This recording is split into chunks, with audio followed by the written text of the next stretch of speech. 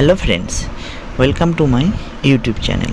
আজকে আমি তোমাদের জন্য অ্যাডভান্স ইংলিশের আরও একটা নিউ টপিক নিয়ে চলে এসেছি। আজকে আমরা আলোচনা করব আগে জানলে অথবা আগে যদি জানতাম।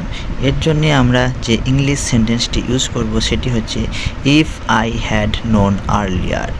If I had known earlier.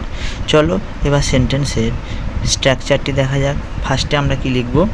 If I had known earlier, তারপরে সাবজেক্ট লিখব, তারপরে যদি পজিটিভ সেন্টেন্স হয় তাহলে উড লিখব, নেগেটিভ হলে উডন্ট লিখব, তারপরে হ্যাভ লিখব, তারপরে ভার্বের 3 নাম্বার রূপ লিখব, তারপরে আদার্স যে সমস্ত ওয়ার্ডসগুলো থাকবে সেগুলো ইউজ করব।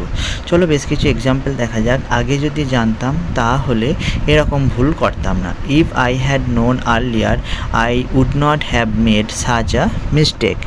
আগে যদি জানতাম তাহলে এরকম ভুল করতাম না। If I had known earlier I would not have made such a mistake. If I had known earlier, I would not have made such a mistake. Next, আগে যদি জানতাম তাহলে তাড়াতাড়ি বাড়ি আসতাম। If I had known earlier, I would have returned home sooner. If I had known earlier, I would have returned home sooner. যদি আমি আগে জানতাম তাকে ভালোবাসতাম না।